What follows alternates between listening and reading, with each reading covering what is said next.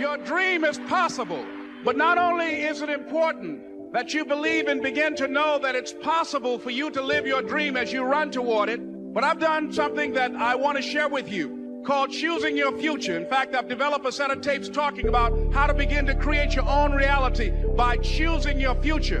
And not only is it important for you to know it's possible for you to choose your future, but it's necessary that you work on yourself, that you develop yourself. It's necessary that you get the energy drainers out of your life, people who don't want anything, people who are not striving, people who are not challenging themselves, people who aren't growing, people who have stopped dreaming.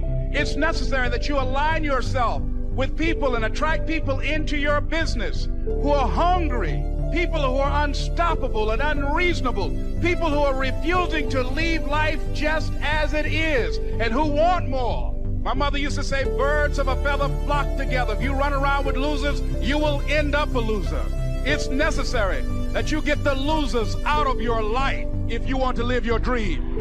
It's necessary to know that everybody won't see it, that everybody won't join you, that everybody won't have the vision.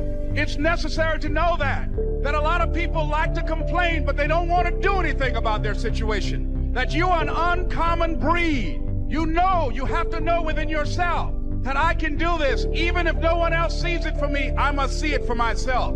That's necessary. It's also, ladies and gentlemen, necessary that you be creative when you're working on your ideas, that you understand the importance of changing up, of readjusting your strategies. Many times we can have a great idea, but if you're not advancing it in the right way and things don't happen, you become discouraged and think the idea doesn't work. No, that's not true.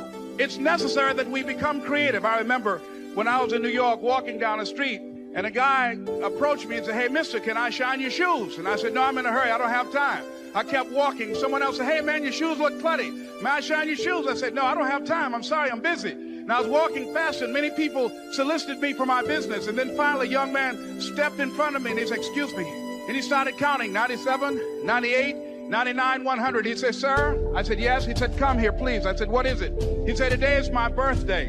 And every year, just to thank God for another year of life, the 100th person who passes my shoe shine stand, I offer them a free shoe shine. Would you give me the honors? I said, why, sure. I got up on the shoe shine stand, George, and I sat there and he shined my shoes diligently. And when I got down, I looked at them, they were sparkling. And I was walking away and I said, thank you. And I stopped, I said, excuse me, but how much do you usually charge? He said, only $2. I said, I tell you what, today's your birthday. Here's $5, keep the change. He said, thank you. As I was walking away, looking in the opposite direction at other people coming, he started counting again. 97, 98, 99, 100. It's hard to find a mentor that's got all the qualities. Somebody mentors you in good health. Somebody mentors you in spirituality. Somebody mentors you in business and career. Somebody mentors you in friendship. It's hard to find it all in one package. But you know, genius comes in strange packages sometimes with their idiosyncrasies. If we could have lived around some of the geniuses of the past. Leonardo, I mean, he might have been impossible to live with, right? But he had this incredible genius. So sometimes you got to look past the idiosyncrasies and faults and not look so much at the strange package that this genius came in, but to appreciate the genius. Unless it's totally intolerable, and some have lived fairly almost intolerable lives, right? But they had this genius. The life of Van Gogh. I mean, this was a strange character, right? He cut off his own ear. He had some torments. But his irises now sell for what, 40 million or something? We now consider him a genius. It was a rather strange package. And then I found that geniuses have no sense of time. If you would have had a chance to meet Michelangelo, and Michelangelo says, why don't you come and see me work? Say, okay, I'll come tomorrow morning. And you get there, 8, 9 o'clock, and he's been there since 4. And he tells you, I got here a long time ago. And you say, well, isn't that early to go to work? And he says, early? What does early mean? And maybe it's 10 o'clock at night, and he's still chipping away at something, right? His genius is working. You say, Michelangelo, isn't it a little late? He says, late? What does late mean? I don't comprehend. What does that mean, late? So it is true. You have to sort of tolerate the inconsistencies of some very remarkable people who have much to share. Too bad about my friend and my mentor, Earl Schoaf. He drank champagne every day. Champagne's okay, but not every day. And he smoked his Camels. He was not a chain smoker, but pretty close. Back when the packages didn't say, these things will kill you. So What are you going to do? So he smoked his Camels and drank his champagne. And on that, he miscalculated. For all of his other wisdom and uniqueness, he miscalculated on his champagne and his Camels. He just didn't have any concept that they were going to kill him, at least that early, age 49. So that taught me as well, you got to take a look at all the systems and make sure you're not a bit disillusioned by something that can someday shorten your life or do you in or wreck your enterprise or disengage your marriage or whatever. You got to keep looking at everything. Carelessness and casualness sometimes creates casualties, both on the freeway and in business, marriage, friendship. My advice started long ago, I think, when I said, be a student, not a follower. I mentioned in one of my seminars, I seek no disciples. I'm not looking for a following. I just want to find people who want to share good ideas, come together and let me share my experiences and see if that's valuable. Personally, I wouldn't be so enamored, I think, by someone as to sort of make them a god and make myself a disciple. I would not do that. Only the Lord's disciple. Because on the radical side, it can cause trouble, You wind up in a fire in Waco, Texas. Koresh and his followers. So that's the radical extreme. Let me quickly give you now a list of the skills that changed my life forever. Developing a new philosophy that I could do it in my network marketing experience now led me to developing new skills. Right? I knew how to milk cows, but it didn't pay well. Here's the first skill I learned to change my life. Getting a customer, making a sale. If you share a unique product, talk about its merits, persuade someone that it's the best, they agree to buy, that's the simple art of sales. So we're not talking like high-powered spacecraft technical skills here. It's simply sharing something you've discovered with someone else and doing it well enough to where they agree they would like to participate. Now here's what happened when I learned sales. It multiplied my income by 5. Now it didn't take that much because I wasn't doing that well in farm country, but it did multiply my income by 5. Sales, getting customers, laying that incredible foundation for an entrepreneurial career. So now I've got 2 skills, milking cows and making sales.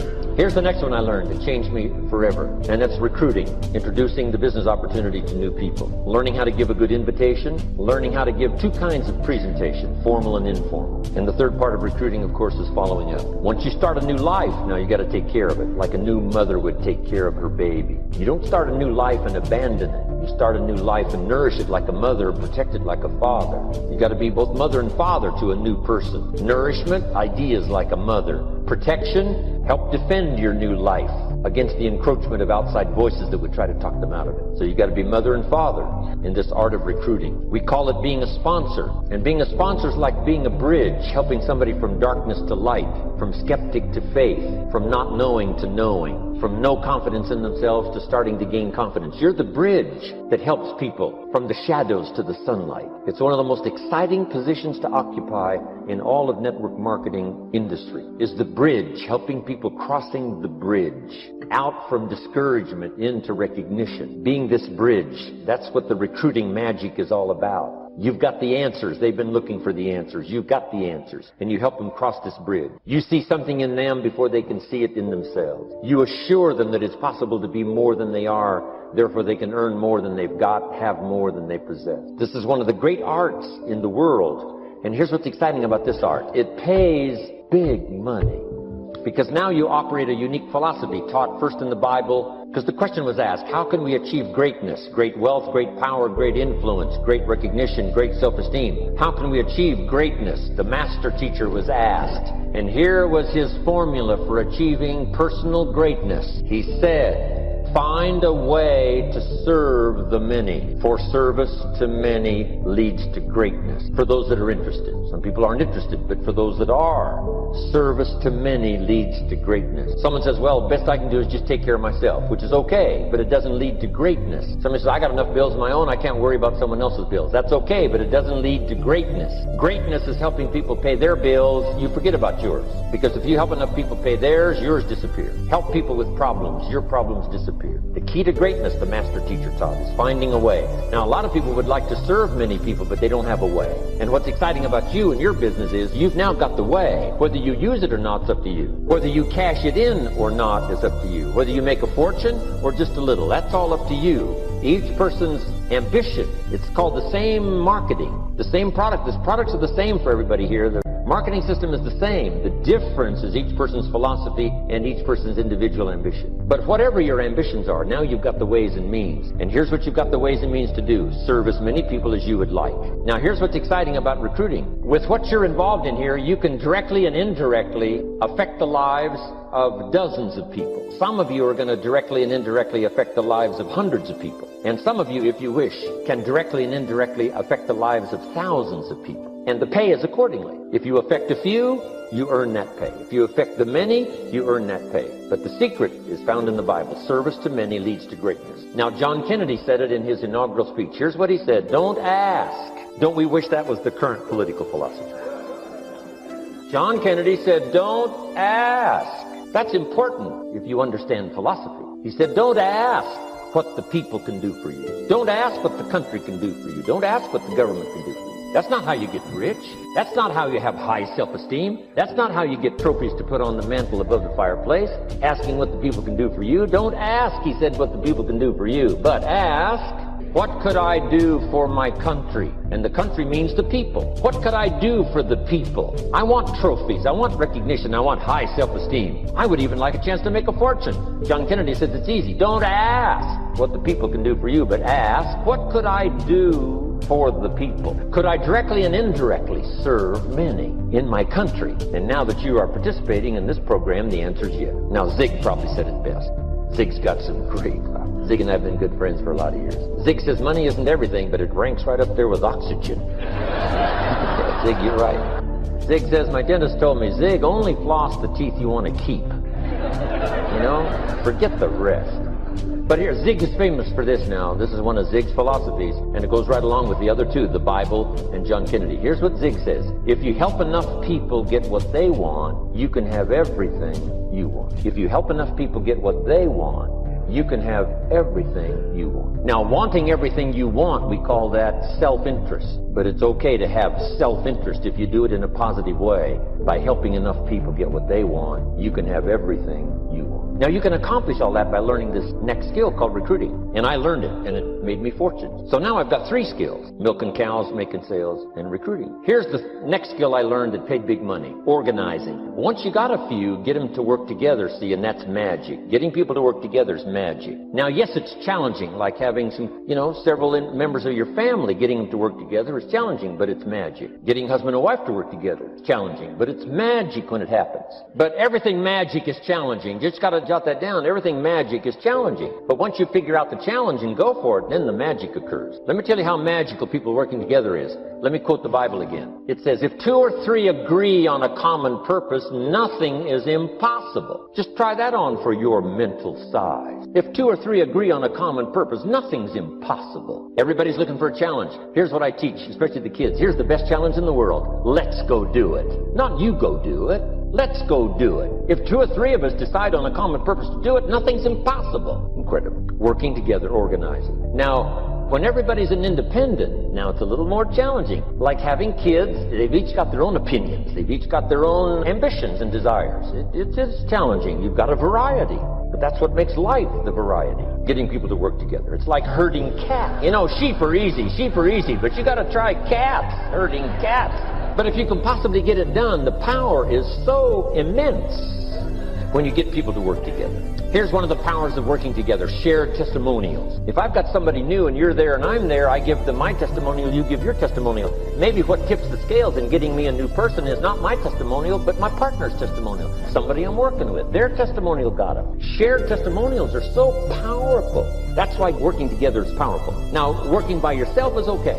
All this stuff is okay. Everybody needs to know, though, where are the advantages? And these are some of the advantages. I learned to organize, paid big money. Here's what I next learned to do: promote. Promotion now pays staggering money. Here's one of the secrets: rewarding people for small steps of progress. Rewarding people. Sometimes it's just recognition, handshake, pat on the back. Mary, you're doing a fabulous job. And you figure out what those recognitions are. Small steps of progress. Guess what promotion pays if you learn it well? Big money. Getting people to do something they wouldn't ordinarily do by themselves. People will do some unique things by themselves, but if you can figure out a way to say, Mary, if you do this and this, she says, well, I'll go for it. Now, she wouldn't have thought of that on her own. Here's what works magic. It's better than money. Money's a bit unimportant. Here's what's important: Ingenuity. The best place to wake up your ingenuity is what you're doing right now. Representing a unique product and getting customers, recruiting distributors, and promoting and all this stuff. Ingenuity. Figuring out a way. If it doesn't work this way, we'll work another way. I used my ingenuity, made a fortune. My ingenuity worked on doing all these campaigns, the spring campaign and the summer campaign and the winter campaign. This week we're going to recruit school teachers. How many of you got it? How many of you got it? This is school teacher week, school teacher month. I pick out a little category and say, let's go for it. And it doesn't matter what it is. Just dream up something so that somebody's got a little more objective to go for than just their own. Key phrase. We all need to belong to something bigger than ourselves because we furnish inspiration for what's bigger and the bigger furnishes inspiration for us. I learned promotion and it paid big money. Here's next I learned. Communication, how to conduct a meeting. I learned identification, logic and reason, attack and confess, solution. Simple deals on communication. It wasn't easy for me at first. I stood up to give my first presentation, my mind sat back down. Right? Y'all been through that? Opened my mouth, nothing came out for a while. But here's what I did. I did it again. Just jot that phrase down. I did it again. That's the secret to how I got here. 35, 40 years later, that's how I got here. I did it once, it was uncomfortable. That first presentation was so lousy, if I hadn't have been doing it, I'd have gone home. It was not that good. But here's the secret to how I got here. I did it again, and then I did it again, and then I did it again, and I did it again. I remember when I first decided to be a little more animated, right? And walk out away from the podium, right? Get out from just behind the podium. So I got out there, and then I thought, how do you get back? Whoa, I'm stranded out here. Remember those times? Doing something for the first time? But you learn quickly in your business, right? In your business, the guy stands up to give his first testimonial, and he's so nervous he forgets his own name, right? And 30 days later, he wants to give a 3-hour testimonial, right? You hardly get him off the stage. So, learn communication. How to affect other people with words. That's the greatest art in the world to learn. How to affect other people with words. Key phrase, don't be lazy in language. If you learn to use the gift of your own language wisely, it can make you a fortune and build an incredible life. Here's 3 other things I learned. One is to train. Training people how the business works. And then I've used another word called teach. Train and teach. And only to say this. Training people how the business works. Teaching is how life works. Because here's what all of us need for the 21st century. Business skills and life skills.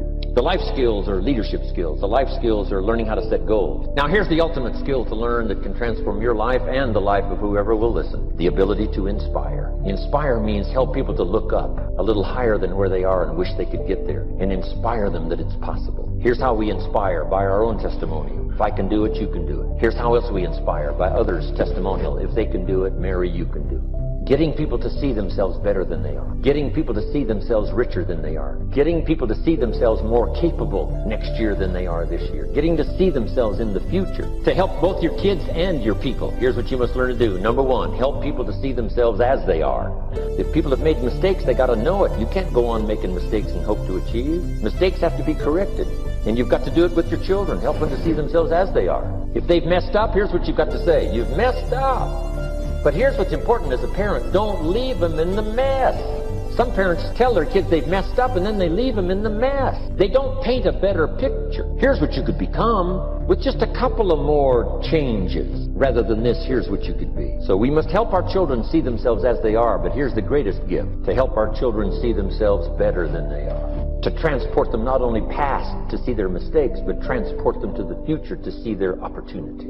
To see the person they can become. My mentor had that greatest gift to help me to see myself better than I was. At first it was difficult to see. Then I started to believe, and that's how I got here today. He said, one of these days, Mr. Rohn, you'll walk into a room full of people, and you will hear some of them say, that's him, that's the famous man. I said, well, that could never happen to me. He said, trust me. If you keep working hard on the disciplines like you're doing right now, that'll happen. Jot these notes down now on leadership. Here's the first one. To attract attractive people, you must be attractive.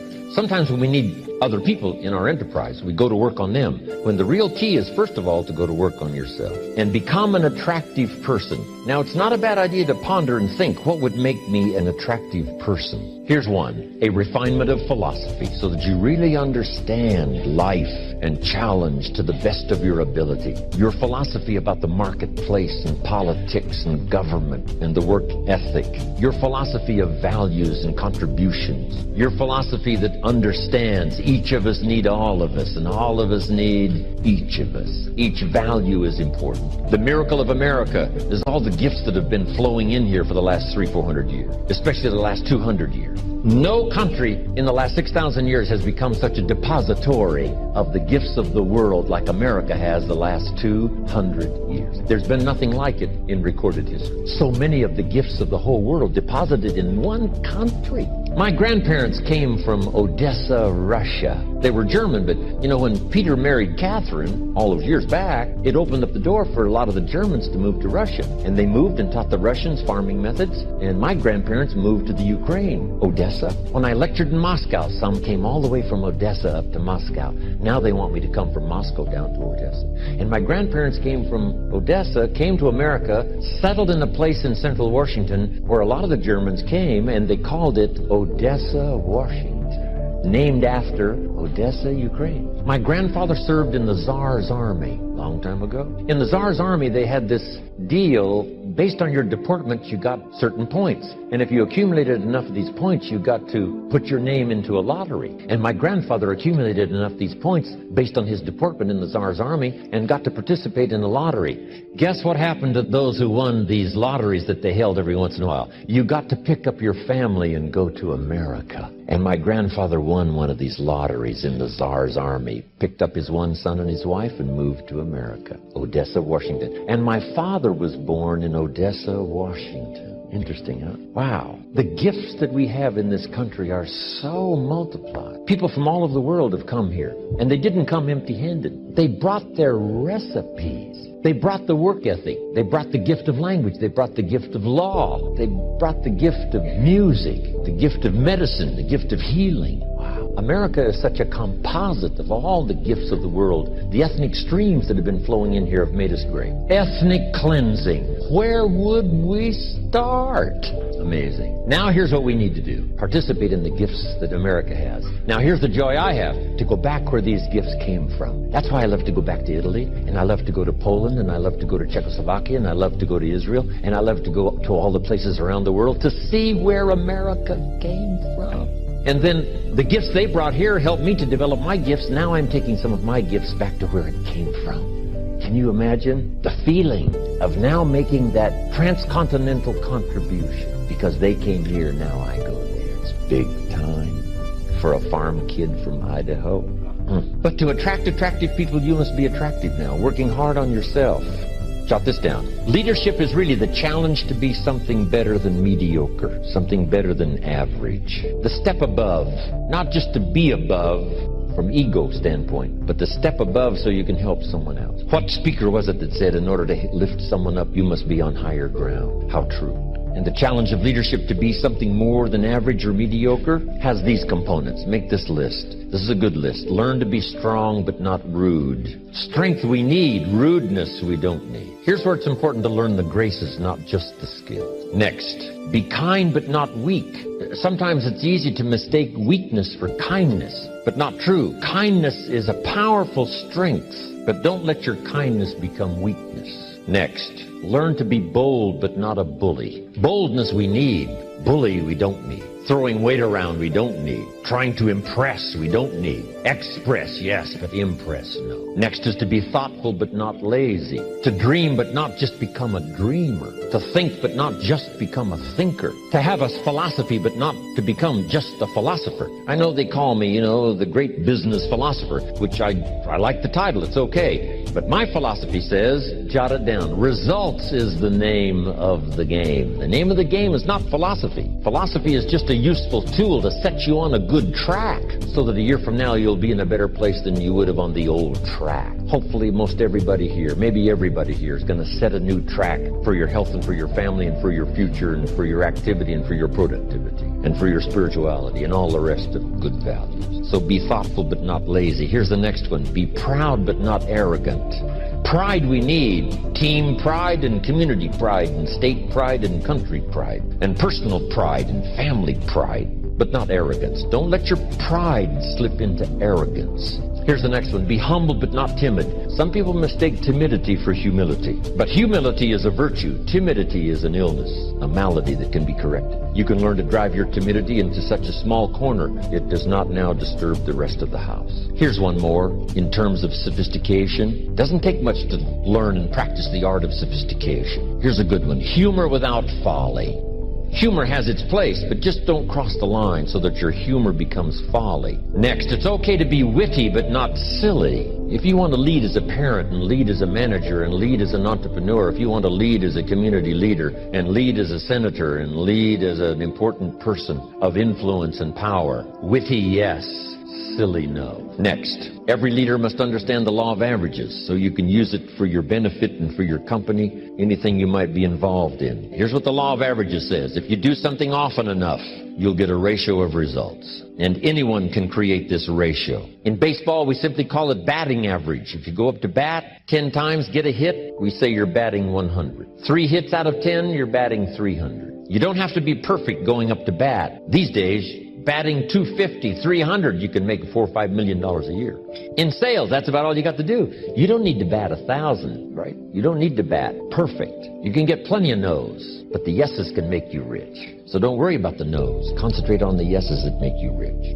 The Israelites didn't have a chance. They didn't have food, equipment, supplies, strength, experience, but God is not limited by what you don't have. He's not intimidated by how big the opposition is, by how bad the medical report looks, by what the financial statement says. God multiplied the sound of these lepers' footsteps and caused this huge army to flee for their life. They left in such a hurry, they didn't even take their belongings. They didn't even grab their tents.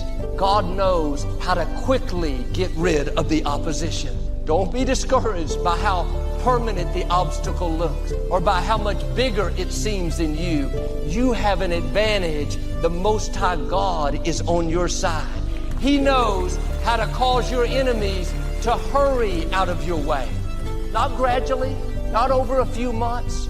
You're about to see some things quickly turn around. Problems suddenly resolved. Enemies rapidly defeated. What's interesting is while the lepers were walking, they didn't know what God was doing. They couldn't hear what the enemy was hearing. Everything seemed normal to them, but God was doing something supernatural. You don't know what God is up to right now. While you're believing, while you're doing the right thing, everything may seem just the same, but God is talking to your enemies. He's causing them to hear what He wants them to hear. The Syrians didn't say to the lepers, okay, we'll leave. Just give us a few months to pack up our belongings. Give us some time to relocate. We need to find new property. They left suddenly in a panic. They were so afraid they fled for their lives. Some of the obstacles you're up against may seem like they have the upper hand. The sickness is bigger. You've had the addiction a long time. Feels like that trouble has you surrounded. But when it's your time, like with them, it's not going to leave gradually. It's not going to improve a little here, a little there. It's going to leave suddenly, like it's in a panic, like it's fleeing for its life. Well, Joel, this sounds encouraging, but I don't believe it's going to happen quickly for me. I've been dealing with this for a long time. You're right. It won't happen for you. This is for believers. This is for people that will let the seed take root. People that will dare say, God, I agree with what you said, that you will hasten your word to perform it. Lord, I believe for a quick work. I believe enemies are hurrying out of my way. I believe I'm going to see a rapid turnaround. A friend of mine worked for this company where his supervisor wasn't treating him right. He was jealous of him. My friend had a great attitude. I never heard him complain. He just kept doing the right thing, even though this supervisor would try to discredit him and make him look bad. This went on for several years. The supervisor was in his early 40s, been with the company almost 20 years. Looked like my friend would always have to deal with this. But one Monday morning, he went to work. The owner of the company called my friend in and said that the supervisor was leaving and this owner wanted him to have his position. My friend asked, when was this going to happen? When was he going to leave? The owner said he left last Friday. You're the supervisor starting right now. God knows how to cause people to hurry out of your way, to do things quickly, things that you didn't see coming. That supervisor could have been there another 30 years, but he suddenly left.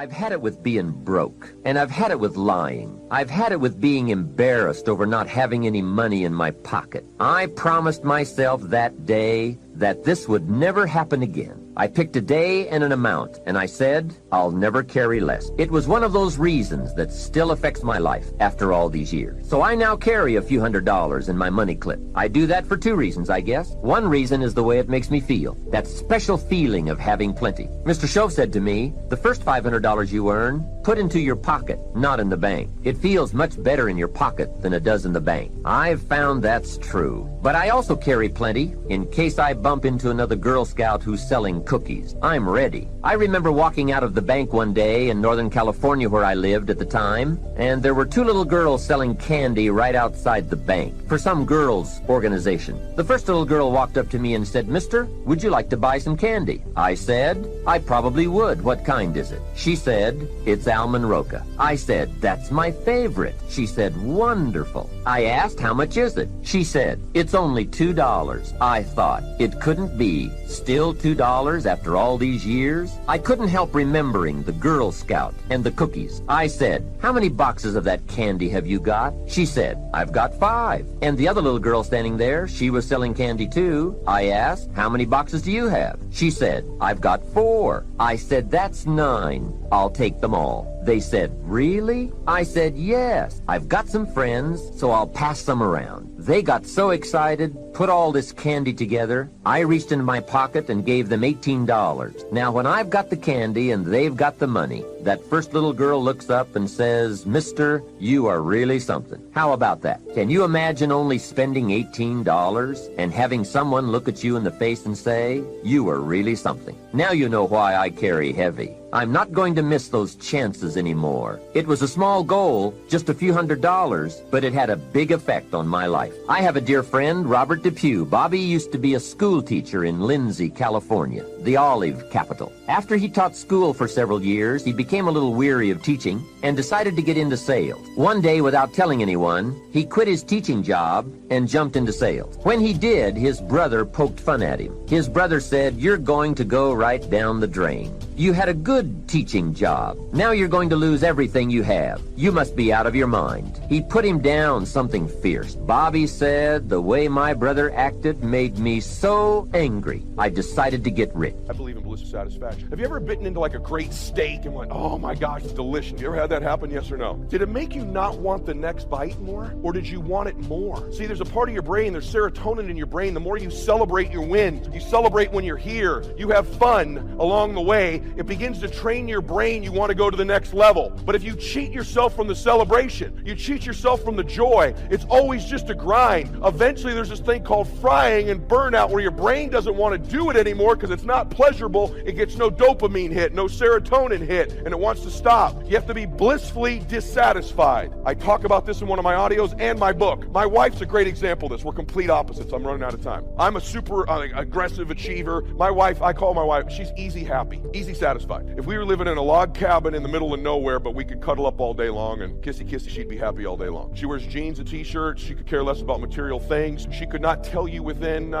many decimal points how much money we have. I'm not even sure she knows, other than Bank of America, where any of the money is. Could care less about it. She just loves people, loves life. She's the daughter of a pastor, her brother's a pastor. She's just a happy person. And she's married to a complete psychopath. But my wife, we've been together for a long time. She's developed some, I love my wife, but I don't like her all the time. The longer, any of you that have been in a long-term marriage here, they start doing some crap, man, that you just drives you crazy. Anybody relate to that, yes or no? My wife has developed this very bizarre habit. I'm not sure how it started or where it started, but when she eats pleasurable food, she moans orgasmically. So we'll be eating lasagna at the house, kids at the table, and she just started this a few years ago, and she doesn't even know she's doing it. We'll be eating, how was school today? Great, say the prayer, and then, or like, I'm serious, or like she's eating a brownie. I'm like, that is so weird. Stop it in front of the kids. What is wrong with you? She's like, what am I doing? I'm like, I don't want to even tell you, but like, it's really uncomfortable. Stop it. She's like, it tastes so good. I'm like, babe, we got it. Stop. But she doesn't know she's doing it. So my son's birthday happens. We're at this restaurant and she's hot. My wife's super hot, right? And I say that being married a long time, she's hot, dude. And so we literally walk into this place and there's some dudes checking her out, and I'm Italian and I was an in a bad mood, and you shouldn't look at my wife more than about one time, right? So these guys look at me, and my kids know, now that I've become a public person, I've gotten better at this stuff, but like, you get to look at her once, maybe twice. You turn around with a whole table full of people, come slap the shit out of you, right? Excuse my language. So these guys are looking at her a little bit too long, and they're on the edge. They didn't know it, but they're about to get slapped. They didn't, you know what I'm talking about, guys, right? They didn't know it, but it was getting close. You do it again, I'm gonna smack you. Sure enough, we're at their table next to them. Her steak comes, takes the first bite. They're like, oh! I can't even blame them. I'm like, stop it. She goes, what, am I doing it? I'm like, yes, you're doing it. My daughter's like, Mom, you're doing it. Sure enough, a few minutes later, she's like, I'm like, this is embarrassing as hell. I can't even go slap these guys. These dudes are literally losing their minds, right? So we leave the dinner, we get home, we're getting ready to do what married people do after a night out. She's in the bed, and I go, hey, you know what I'm gonna do? I'm gonna go upstairs and grab a steak. And I'm throwing this thing in his bed with us, because I've never heard you make these kind of noises before. So we're throwing this steak in the mix, right? She's like, and she literally says to me, she goes, it's just so blissful. And I'm like, that's a training, because I'm dissatisfied and you're blissful. And I'm gonna tell you something, there's a lot of validity. You need to learn to be in bliss as you're dissatisfied. That bliss will cause you want to take next bite, next haul, next finance. At that same dinner, my daughter said to me, hey Dad, my daughter's pretty, like she's like me. My son's a sweetie like his mom. My daughter goes, hey Dad, what's up with the midlife crisis? She saw the video, I go, midlife crisis? What are you talking about? She goes, come on, social media, you're growing the beard out, the tight t-shirts, you're going through a midlife crisis. And I go, you know what, you're right, I am. Here's what you don't know. I was going through a young life crisis. When Daddy was 20 years old, I was going through a crisis to get to the next level at 21. I was going through a crisis when I was 28 to be better at 29. I was in a crisis when I was 35 to be a better version of me at 36. And guess what, boo? When Daddy's 55, I'll be in another crisis before I get to 56. And that's a fact. Anybody that knows me, if you want to adopt one of my personality traits, I'm in a crisis to get to the next level. So what do you do when you're a doctor and you can't check in your own hospital? What do you do when you're walking around acting like you can't catch the flu? You don't get tired. You don't get burnt out. You don't have mood swings. You and her don't have an argument. Your kids are perfect. You phony. That's a lie. You can't raise perfect kids. It don't happen. You don't have perfect relationships. It don't happen. My teeth bite my tongue sometimes. They're in the same head.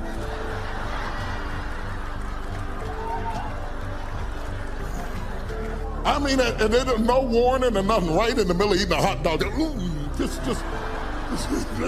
dang. Next time y'all gonna argue, would you send out a memo or something? Because y'all are supposed to be in agreement, bless God. We're supposed to be in agreement. We're supposed to touch and agree on this hot dog. And put all that to the side. That's the salad. Let me say something about something else. I'm almost finished. But here's the interesting thing. Separate and apart from everything that Elijah is going through, God is preparing Elisha to be a support to the man of God. Now, it's going on while Elisha is plowing. Elisha is plowing, the son of a wealthy family, an heir to become the heir apparent to a family that is wealthy enough to have a field to plow, and at least 12 yoke of oxen meant that they were affluent people. This boy was being groomed to take over a major organization, and all he had to do was keep plowing. But while he's plowing behind the ox, he's frustrated because he has the sneaking, nagging feeling that there is something he's supposed to do with his life that he's not doing. And I don't care how much people pay you. I don't care if you get the corner office at the top of a corporate building. When there's something else that you're supposed to be doing, you're not happy doing it. You're only happy when you found your spot and you're in your place and you're doing your thing. That brings fulfillment and gratification. When you're doing the thing you were born to do, bless God. You don't do it for the money. The money just comes behind the purpose. Provision comes to purpose. The provision cannot be the purpose. You'll never be happy because you make a lot of money. All money does is make you more of what you were already. If you're lustful broke, you can do it better with money. That's the truth. If you're hateful broke, you get money, you can be hateful better. People scared to say anything back to you. Money just makes you bigger at what you were before.